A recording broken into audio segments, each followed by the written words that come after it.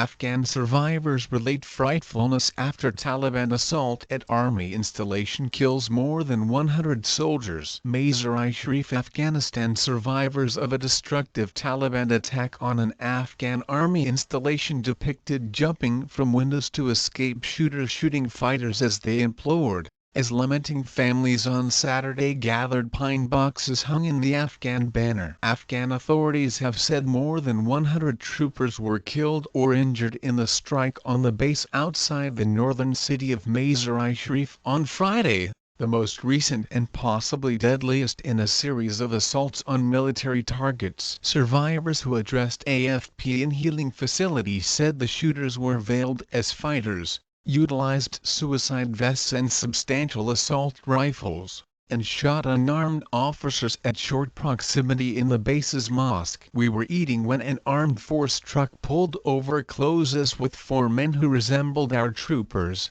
22-year-old Zabiela, who was injured in the shootout, told AFP 2 of them with suicide vests bounced out of the auto, went into the lounge area and began shooting. The other 2 began shooting with a substantial automatic rifle on top of truck, he said. Illustrative picture. Reuters. Mohammed Kurban, a 19-year-old student officer who was injured in his grasp and midriff, disclosed to AFP numerous casualties were shot at short proximity. Their pioneer was disclosing to them, "Go for their heads. They murdered a considerable measure of my companions. I hopped out of a window to survive," he said. An Afghan armed force source at the base revealed to AFP the loss of life could be as high as 150, and said the vast majority of the warriors were youthful enrolls there for preparing. They entered the compound utilizing 2 armed force trucks with automatic rifles on top of them. They started shooting at everybody, and afterward they entered the mosque and lounge area,